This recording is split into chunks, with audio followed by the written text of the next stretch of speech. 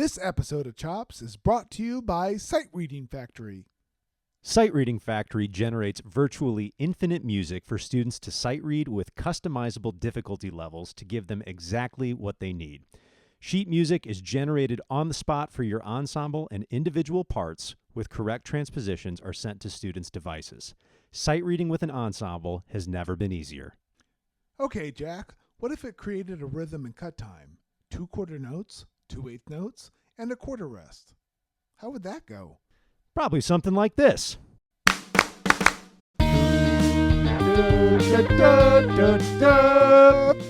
Hello, everyone. Welcome to Chops Podcast. I'm Steve Peterson. And I'm Jack Hinkle. This is the podcast where we talk about know your teaching, know your content, and know your students. You could also say love your teaching, love your content, love your students if you're interested in taking it to 12.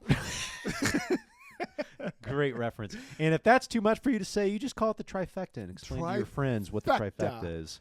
Teaching trifecta. This is a very exciting time of year, Jack. Why is that, Steve? Because we're back at school, finally! Yes. I've had enough football. I watched so much football, I became a football. This is where the teachers are told by random people, they're like, oh, you must be so excited to go back. I'm sure you feel so refreshed. And you're like, no! No! I've heard this. I want sleep. Let me stay home, please. Well, don't you love the kids? Yeah, I love the kids, but I want my time. I was like, it's amazing being home in winter for 2 weeks. It is. I mean, I don't understand how people have other jobs and they don't do that. I mean, that's not why I went into teaching, but like when I got into it, I was like, look at this.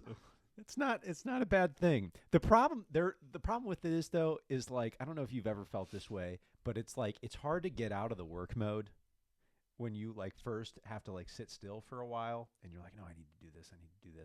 And so like you're kind of thinking about that, and as soon as you get out of the work mode, you're like, oh, it's Sunday night. I got to go back to work tomorrow. No. You can't get that right. It is a delicate balance. A very delicate balance. But I will say also on another non-tangent tangent, that even makes sense. Last night I busted into my stocking and I was hanging out with Jacob at home and I had dinner and then I just went ballistic on my stocking and I ate sugar. Yeah. I mean, it was Nerds rope, Swedish fish, gold coins. I mean, I'm just smacking. And Jacob goes, Dad, you're chewing really loud. Oliver starts wheeling out the spinny chair for you. And I did wake up. Dad, that's a lot of sugar, yeah. Dad, we need to call somebody. Easy, boy. Dad. Gosh, I was lit up. And I kind of woke up in the middle of the night. I was like, I think your stomach is trying to send you a message, you slimy little man. Yes. So, Christmas lives on, but it's also very exciting. Not only are we back at school, we also have merch. We have merch. Okay, so all those people, the 2 people that have told me, I want to buy a Chops mug. It's your time. It's your time. Jack, you want to tell them how to get to the merch? Sure. You can find the merch by going to our TikTok or our Instagram and finding the link in our bio. If you're not TikTok or Instagram savvy, the URL is something like www.chops-podcast, not underscore, -podcast, .shop at fourthwall.com. Fourthwall.com. Shout out to Fourth Wall for Thank you. And shout out to Steve for making that happen. That was his thing. You know, when you got 2 weeks off, you can get creative. There's things that can happen. That's true. Okay, so we're excited about that. Yeah. Chops, there's a mug and a couple of different hats and stickers. If you'd like to purchase your own stickers, you could get that going. Exciting times. We've already had a couple people cash in on that. Yeah. So if you see your friend having a Chops mug, you got to let them know that that's a cool looking mug, and you got to get one for yourself. Because these bad boys, can't find them anywhere. Well, this is the 11. Wait a second, Jack. We need to go back. These have a logo on both sides.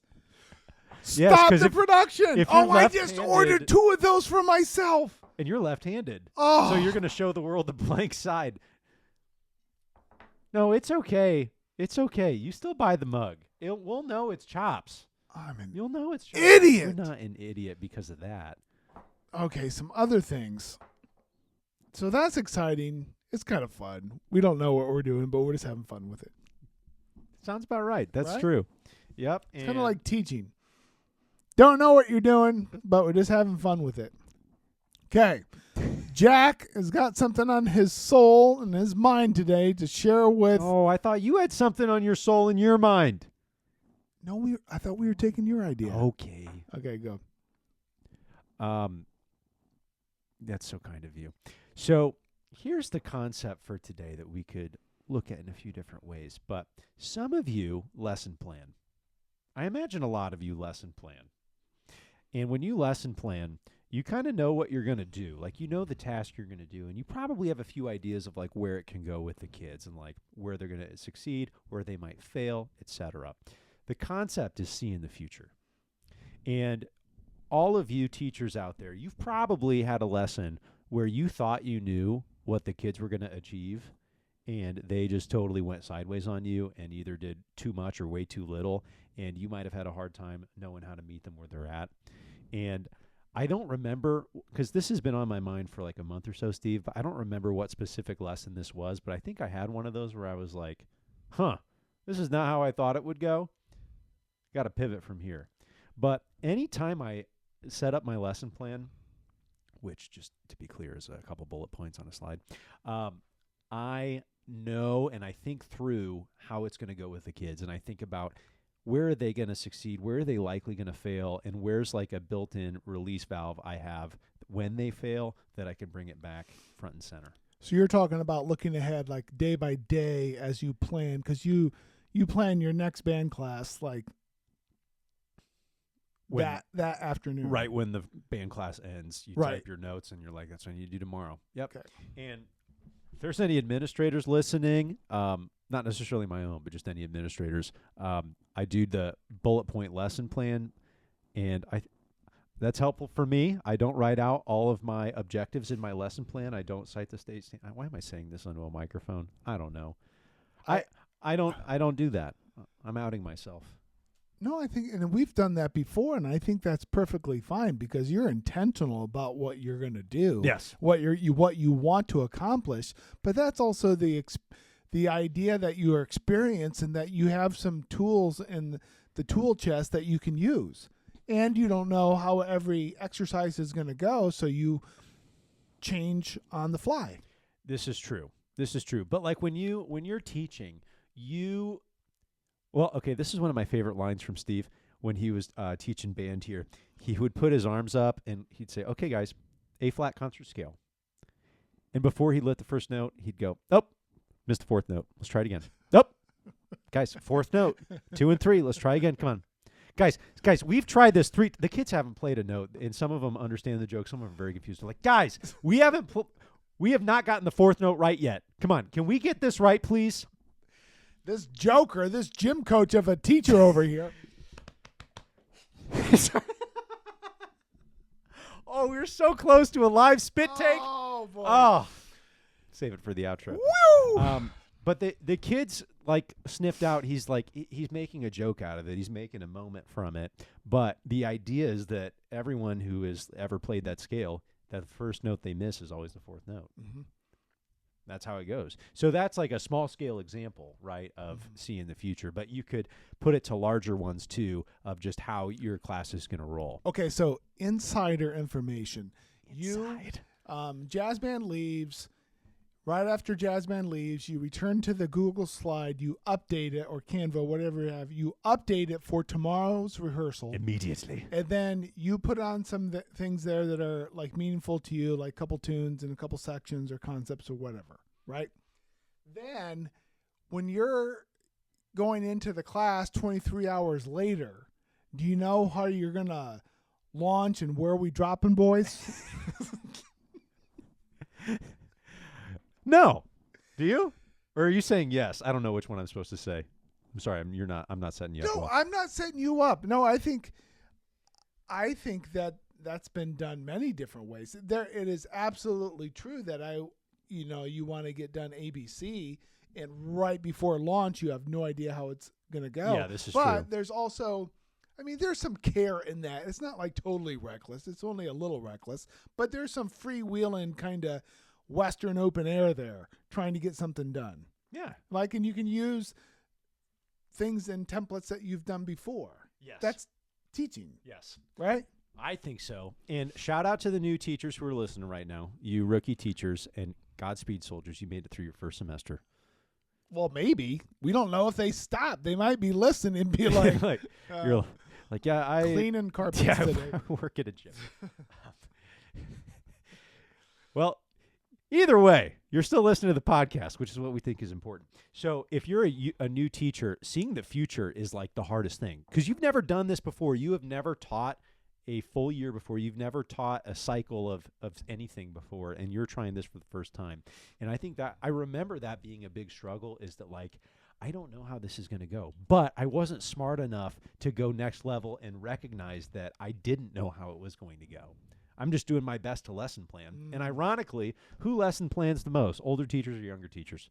Younger. And who benefits the least from the lesson plans? The Everybody probably. okay, we've talked about this before, I'm sure, but did you used to write out lesson plans? Like, did you your first year? My first year, I did like legit hardcore lesson plans that could be turned into Dr. Dimmick, my music ed professor at Butler University, for every piano class. I still have them, and they listed objectives and standards, and I'm like, this looks great. Did I teach piano well that year? Probably not. Right. But it looked good if an administrator wanted to know. I guess that was what it was. Yeah. But I think part of it, too, is like if you're a young teacher and you hear a mistake, and I'm talking band, like you hear the kids play a mistake, you might not have a tool in the tool belt just like ready to go on how to fix it. And you need to plan out at least one or two ways that you can differentiate, as we say, to fix it. So you're encouraging younger teachers to lesson plan and be a little bit more detailed. I don't even know if I'd say that. Is that bad? I'm going on mic saying that. I would encourage the younger teachers to like not lesson plan per se, but like write down, like see if you could come up with like 5 different ways you could teach That's something. a good one. Yeah. Because I've seen you teach, and I've seen you come up with like 6 different ways on the spot you could do something. Tap the rhythm, speak the rhythm, only play F concert on the rhythm, or switch it up, play every note as a quarter note and play each note as a quarter note that's in the extra. I mean, there's like a billion ways. Right. And when you've taught for as many years as you have, those are all second nature, right? Right. But, you know, everyone, you listeners who are music teachers, like you've seen teachers meet kids where they're at and differentiate the lesson to help the kids achieve it in like many different ways. And sometimes you just need to drill it. I mean, you go the old school way, or sometimes you do something different. So those are, I would say it's more beneficial to come up with like a list of activities or ways to drill something rather than lesson plan. Because the lesson plan is the tune. You're going to work on the tune. You're going to work on the etude. But coming up with the different ways to work on it. So how do is you more come up important. with those ideas, though? If you're a young teacher and you're teaching in a school district where you're by yourself and you're teaching grades 6 through 12, shout out Michigan. Shout out. Wait, why are we shouting out Michigan? Because one of our listeners lives in Michigan and teaches grades 5 through 12, and he's teaching all the classes all day long. Oh. And it's just him, and he has no coworkers. Bruh. Right? Bruh. So, Bruh. how do you... 6, 7. But things are going, and things are progressing, and things are evolving and growing in this program.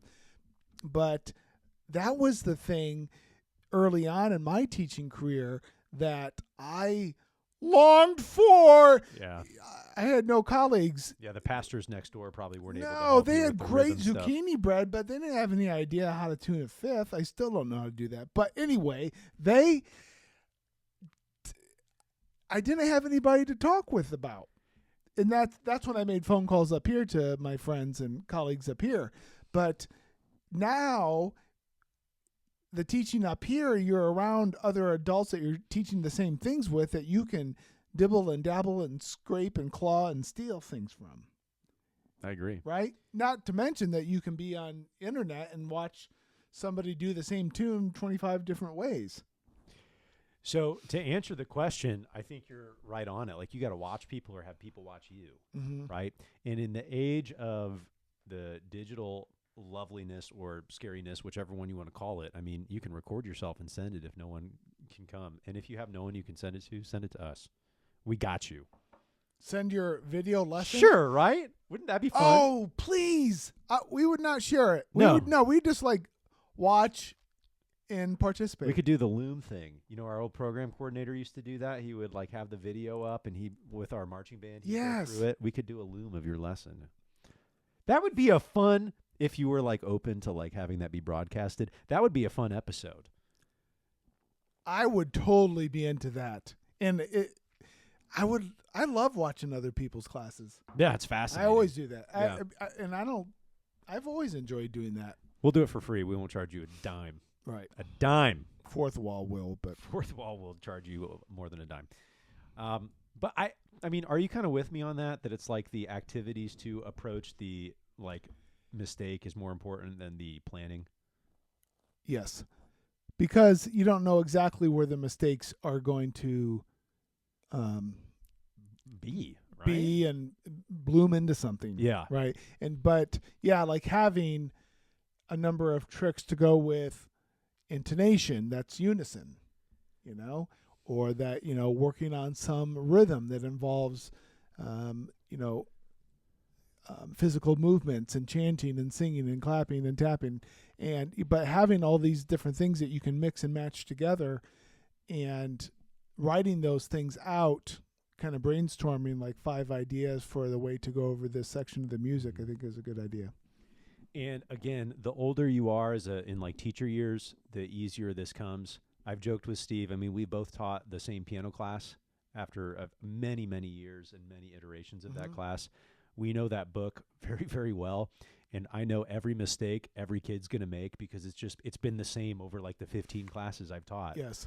Water lily? Nope. You got to fix your hand position. Nope. We're not doing 3 and 3 anymore. We're doing 2 and 3. You remember that? Yeah. Right? Yeah. Yep. I mean, it's stuff like that. Nope. There's a quarter rest in measure 5. You got to make sure that one happens. Like, it's the same stuff. And I will add too, get your kids involved with that process. Concert band today, we played 1.1 out of the Super Sweet Book. Mm-hmm. I asked the kids, if you were working with Mr. Golden's 6th graders, well, now it would be Mr. Chris's and Mrs. Now 6th graders. If you were working with their 6th graders, what measure are they going to mess up? And the kids raised their hand and said, measure 5. I said, why? Well, it's got a dotted half note. People probably would miss that. I'm like, perfect. So let's not miss it. Excellent. And I mean, that's like a baseline thing, but your kids can see the future too. I mean, they're smart, and ask them to help them out. And then you're mitigating the mistake that's going to happen probably. You just kind of work smarter, not harder. Yeah. One thing is that, like speaking for myself, I do remember writing out the lesson plans, and we had to write out the lesson plans and put them in like duplicate or triplicate and put all the standards and the assessment and I'm all sure your this. principal read that very thoroughly. Oh, yeah. It's still sitting in that office desk drawer. They probably are. That school is still standing, but it's closed. I bet that's still full of files. I used to look at other people's. You in the could just file. go look at them? Yeah, it was an open file that you just put yours in alphabetical order. So I'd look at some other veteran teachers, and they were like totally empty. I was like, but okay, I am a rule follower. Okay, Yeah. so if somebody says do ABC, I'm going to do ABC, Sure. and I would do it correctly. But those were not always very meaningful. Shocking.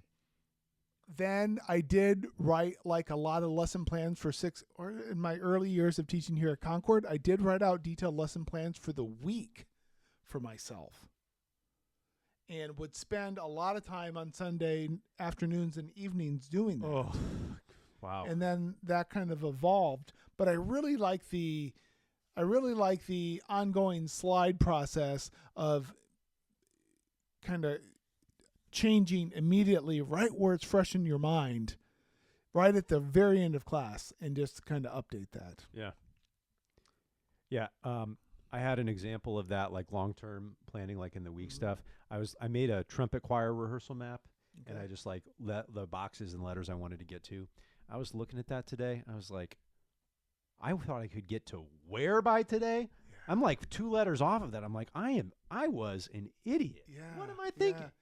And I looked at that. I was like, that ain't happening. Right. I mean, we'll be okay. We're fine. I can adjust it. But like, I was like, that was stupid. That was stupid. So I did not see the future very well. Such a shame. But that's why you have rehearsals to figure out stuff and kind of go with it. And that's why you write it down so you can at least have a concept of a plan before you have to go back and change it. Right. It's not a good feeling to shoot from the hip. So, Steve, in your time as a seasoned teacher, or we could go back to when you were unseasoned, has there been a time like big scale, broad scale, or small scale that you did not see the future and you kind of got cooked? And I'm trying to think for myself about Watching me not go up seeing in the future. flames. No. Watching me go up in flames with you. I got one while you're thinking of one. Sorry, I don't like the silence. It makes me feel awkward. Marching band, early on, I did not have a good concept of pacing the teaching of the show for where my kids needed to be. And we're at a school where we're fortunate enough to have a director for each section. Mm-hmm. Like 4 directors for each winds, like high, low, brass, woodwind. And that's like good, obviously, because it's a smaller ratio of teacher to student, but it's can be bad because you can kind of not necessarily always be on the same page musically and like how much you teach and when you teach it. And I remember some rehearsals early on in my marching band career where my kids were just like left out to dry. We're like doing like Scott Sproling would say, okay, pull up part 3, let's hear it. And the trumpets would like side eye me. We're like, we haven't gotten to this yet. I'm like, I know, just go, just don't mess up. Come on. Ha-cha-cha. And they play, and it just sounds awful. And Scout go, Mr. Hinkle, could you take out the trumpets and work with them on that? And I am like, I'm an idiot. And I just did not have the means to see the future yet and like know where I needed to be and know how to get the kids there in a more efficient way. And boy, is that a lonely feeling when your kids all side-eye you. They're like, you failed us, Father. Yeah. That is a lonely feeling going back in. I remember like going to Macy's, not to like event drop, but we did like a Macy's in 2007. And I was the one that was kind of largely in charge of the drill.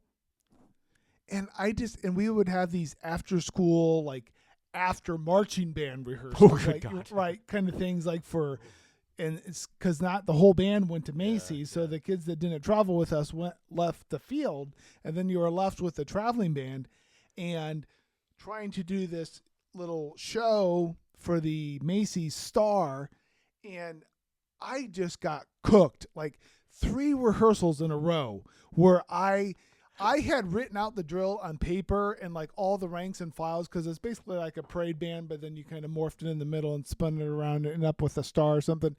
And I just like 3 weeks in a row just totally botched it. So the numbers were not right and the ranks didn't work out evenly. And there were kids left out of the form and there were too many kids in this rank.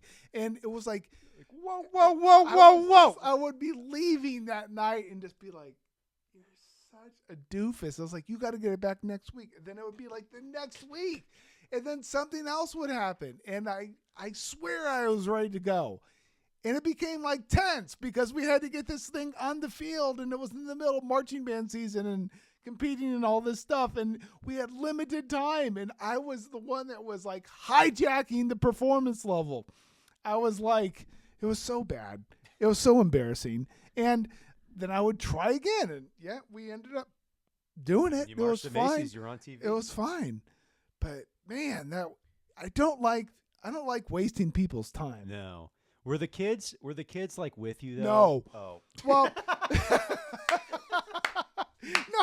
no, I think I got along with the kids, right? But it was just a drag because it was like September and it was like, 90 degrees and like part of the band is leaving and the rest of them are being held hostage by Mr. I Can't See a rank, and that was tough.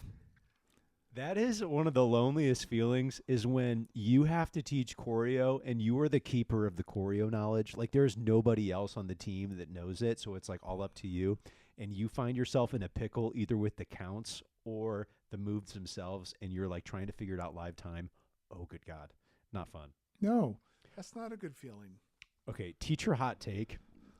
Teachers, regardless of their content matter, if they learned to teach choreo well, they would be a master teacher at whatever they do. That's my teacher hot take.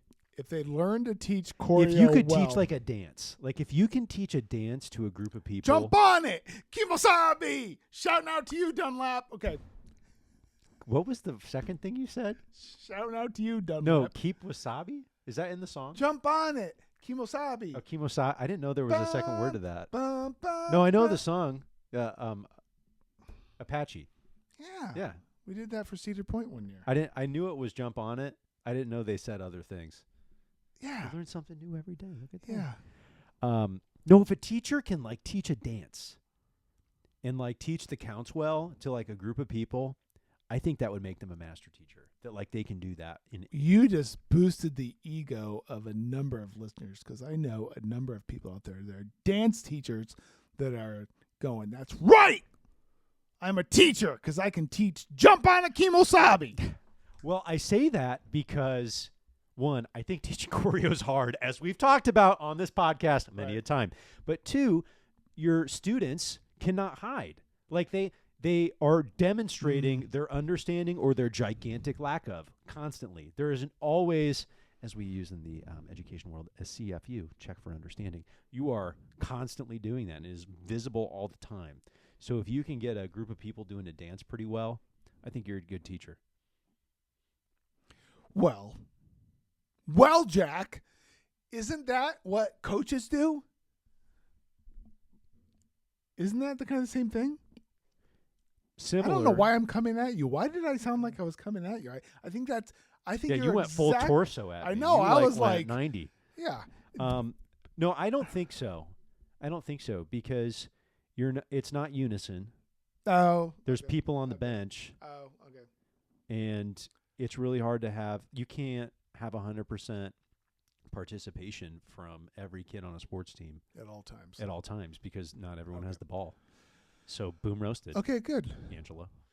Boop. So, teaching dance.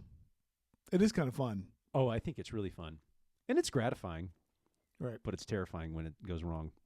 And a lot of you out there teach dance or choreography or Oh, you're at least around it if you're a music teacher, right. Right. And you've seen people that are incredible dancers but can't teach dance. And you have people that are marginal dancers that their bands look like, some ballet thing. But And you yeah, have people like me and Steve who are not at all dancers no, that do try and teach choreography. and Yeah. it works half the it time. looks at like a best. technical exercise. There you go.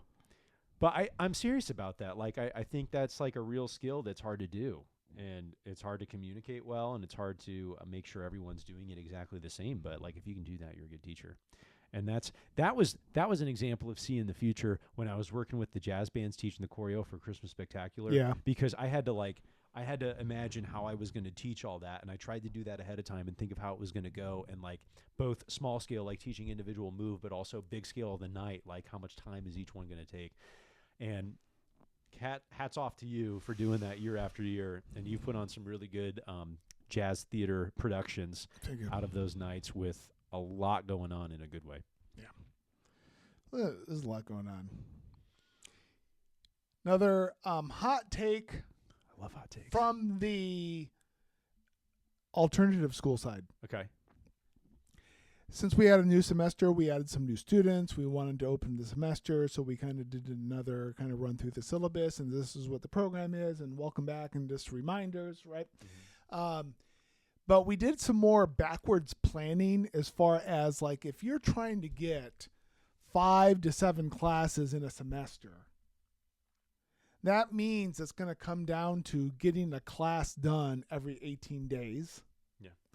And then out of those 18 days, every day you need to get like 2 or 3 mastery tests, which are quizzes, Okay. 5-point quizzes. Okay. So there's So- a pace. There's a pace. Yeah. And I think that it's, like being a freshman, sophomore, and early junior can be such a nebulous idea, like credits and getting out there for graduation, and it seems so far away. Yeah. And it's like, putting money in your piggy bank, like you're going to see it after a while, but it's so hard to see it like in the middle of your sophomore year if you're thinking I got to get all these credits done and it's all up to me, and I have 18 weeks for the semester and get 5 classes done, and you're looking at Romeo and Juliet, and you're looking at Algebra B, and you're looking at U.S. history. But to be able to break it down, like see the future, but then also break it down in how are you going to take care of today, so you're not just overwhelmed. And similar with lesson planning, Yeah. but just I was talking to a student today about that. Just he had an incredible grade collection, like doing really well with credits. And then, but just like looking ahead, how much more he had to go. He's like, oh, that's so much. And he starts looking at the classes, and it's like, it's so much content. And I'm like, yeah, it is. Yeah. It's a lot of content, and it's a lot of content of you going through it. But like the idea of eating an elephant, how do you eat an elephant? 1 bite at a time. And just the idea of taking those little bites, those little chunks, those little mastery tests every day, like 2 of those. Get 2 of those done today and let it pile up. Let it pile up.